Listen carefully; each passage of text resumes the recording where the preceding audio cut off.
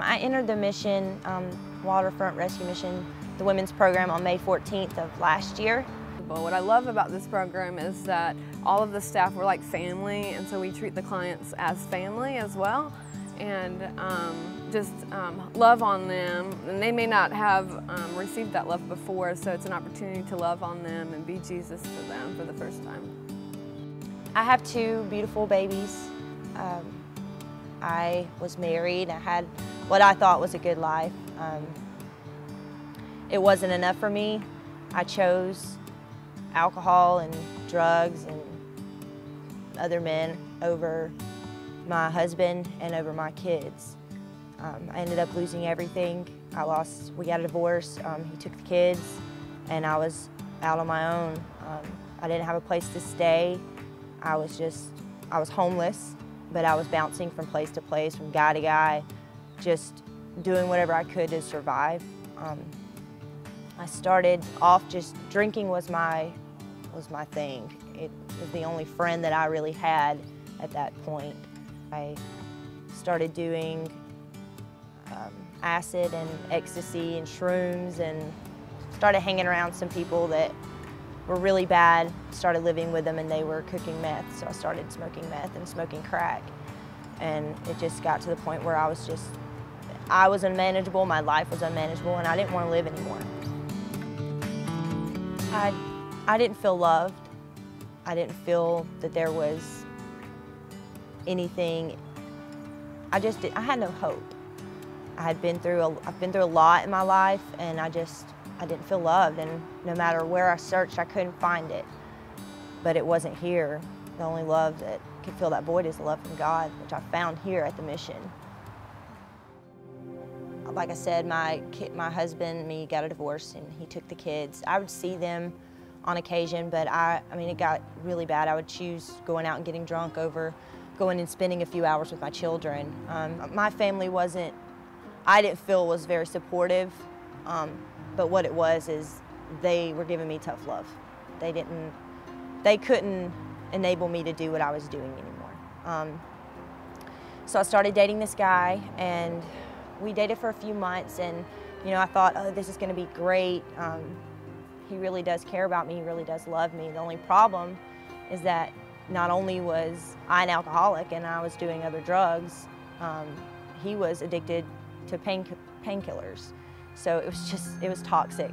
We went to a Super Bowl party, and we came home, we were both drunk, and he dropped me off, but he ended up coming back to my house, and he kicked my front door in and was standing there with a .22 rifle.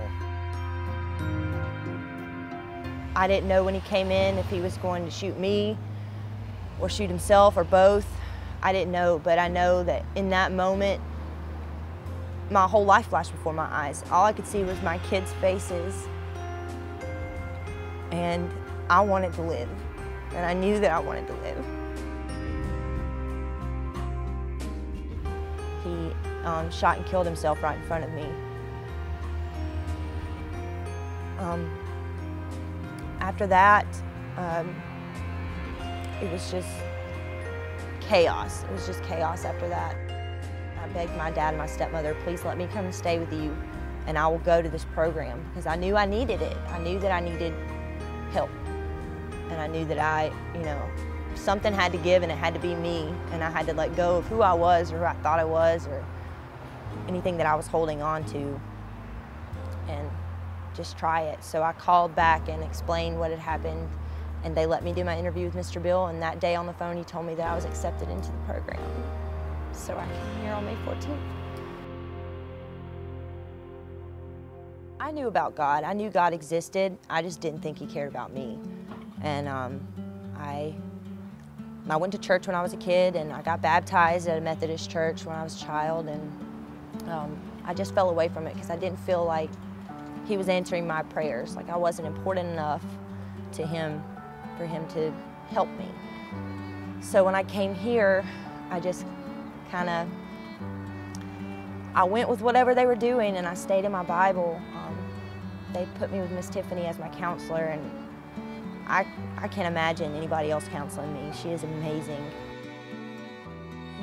I've seen how alcohol has just destroyed her life and her relationships in her life, and it was a little bit of a struggle at the beginning for her to adjust, but once she did adjust and know that you know, Christ is the center of her life, she was able to start working through the issues and trusted God to heal her, and she was open to more of what we talked about in counseling.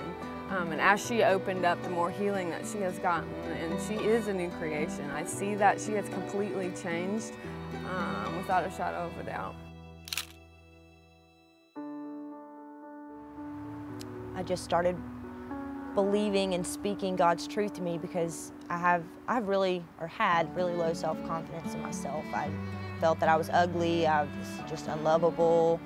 I just had no hope, and but God's truth tells me otherwise. It tells me that I'm beautiful and that He made me and that I am fearfully and wonderfully made. So I just hold on to that truth and know that what I've been doing was not God's plan for me, but now I'm on the right path and there is hope for my future. And I'm really excited to see where He's going to take me.